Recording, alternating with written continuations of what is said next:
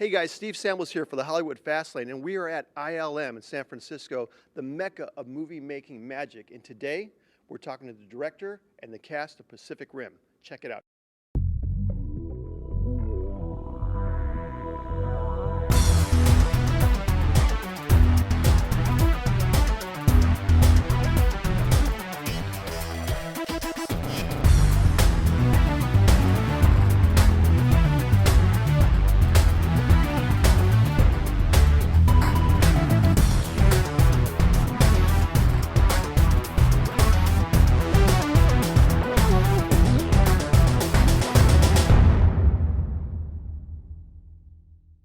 Steve Samuels, how you doing? How are you, Steve? Good to see you, man.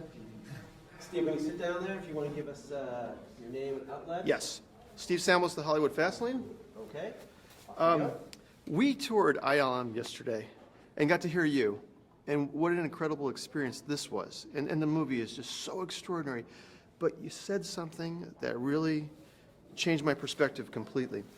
You said something, and to paraphrase, and you can share this how you said it, but something about as technology gets bigger and bigger, it's only as good as the artist. Yes.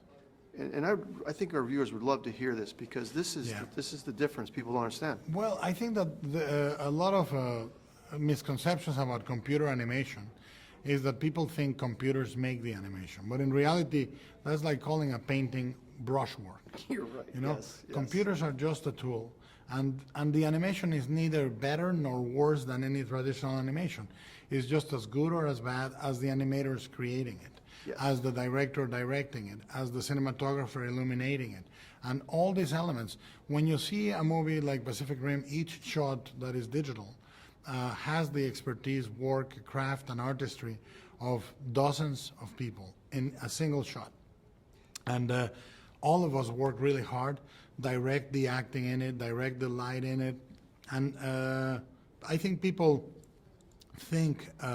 some people think that you just press a button in a computer and the shot comes out. Yeah, it says Jaeger, Kaiju, and it's Yes. not. It's very important to know that it's made by humans. You did something else in this movie that if you pay real attention to it, it's extraordinary. It's the fact that there's not a single shot in this movie that couldn't have been a real shot with a real camera. Am I right? That's correct. Yes. We did. The main defect I find in digital effects shots is that they are too extraordinary.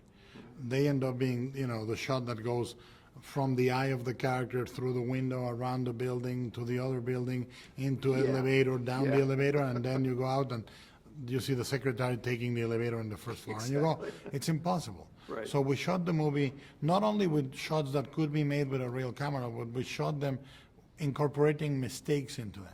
We bumped the camera, we scratched the lens, we put water in the lens. I remember water in the lens going, wait a minute, I can't believe you did that. It's almost, So you're spending $150,000 in one shot. Yeah. And then you put water on it. But what this tells to the audience is it tells them this is happening. It was so real.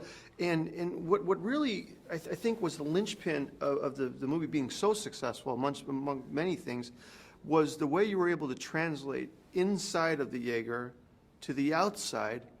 I never felt that there was a disconnect with the emotion or the intensity.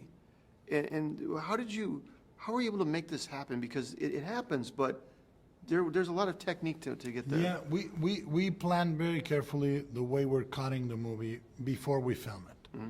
So I know how I'm cutting before I shoot. Oh. And I know what I'm doing, how many cameras I need to sell the moment, where they're gonna be, how I'm gonna cut it. So the audience feels, for example, the same motion of the two pilots. Yeah. It goes on a straight line from a close-up to a wide to the outside, and the robot is making the same motion. And then on his hand, too. Yeah. That was incredible, because you actually gave us the fist hitting the Kaimura, is that how you say it? The Kaiju? Yes, Kaiju, yeah. Mm-hmm. That was amazing. And lastly, was there, every one of these Kaiju was so incredibly different. Yes. You came from being an animator. Mm-hmm. You came from this world, of course. Animation and effects, yeah. Yeah. Was there a certain one of them that you got stuck with? That you just didn't? In the movie? Yeah. The most difficult to design was the crustacean cager. The one that looks like a cross between a Japanese temple and a crab. Yes, yeah. That was very hard to design because I wanted him to look like an armored tank. Yeah. Like a Japanese temple and to have all the hard shell details. It Yeah. was very hard to make. Incredible movie. It is so great. Thank you. Thank you so Thank much. you. for Tell coming. everyone. Oh, I will tell everyone. It's interesting. It's like sometimes the hardest part of your job is this. Oh, as by opposed to far the and movie, away. right? You know? Oh, yeah. Oh, yeah. Really? Yeah. Okay. Steve Samples, Hollywood Fastlane. Guys, we saw it last night. Wow. You forget to breathe, and then you get to the credits, you go, like this, you know. That's good. Now, you know, it was for you. I mean, you kind of made your bones with Wire and Luther, and you got Sons of Anarchy, so is kind of your heart, and you do this thing that's so big. How is it different? Doing something like this?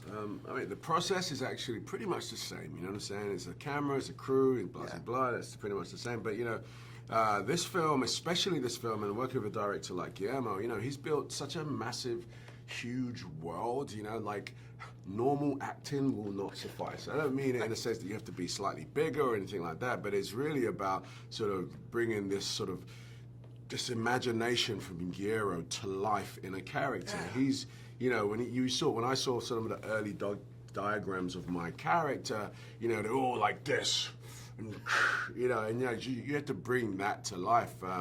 It was actually a brilliant process, and Guillermo's very, very sort of, you know, he can share his vision very well and eloquently, and give you different ways to play a role. You know.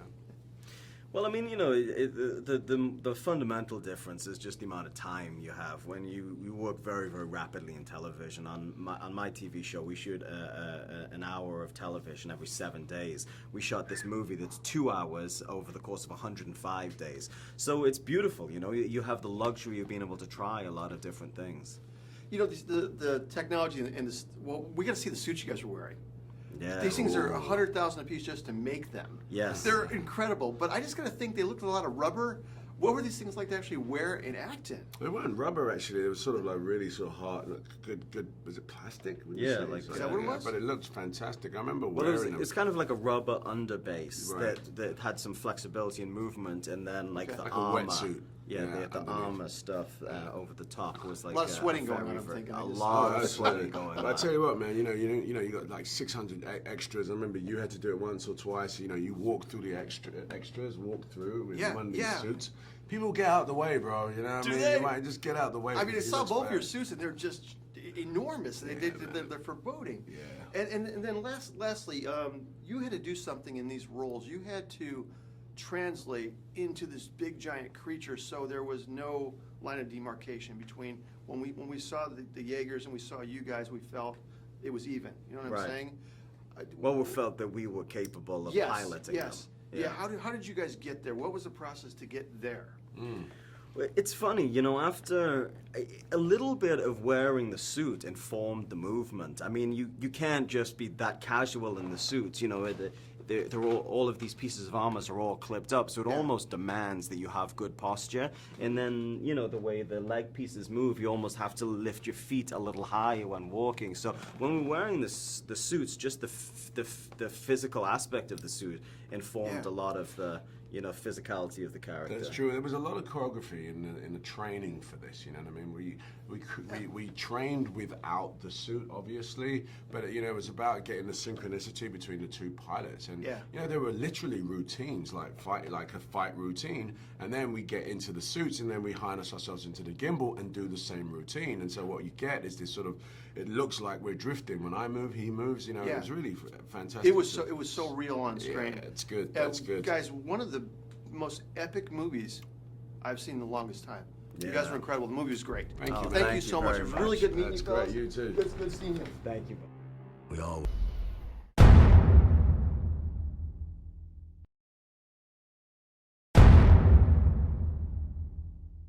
Hey guys, I'm back. We got more interviews coming up, and right behind my right shoulder over here, that little peak of a thing with all the fog, that's the Golden Gate Bridge. This place is amazing. We are still at ILM, loving this place. Check out the rest. Energy.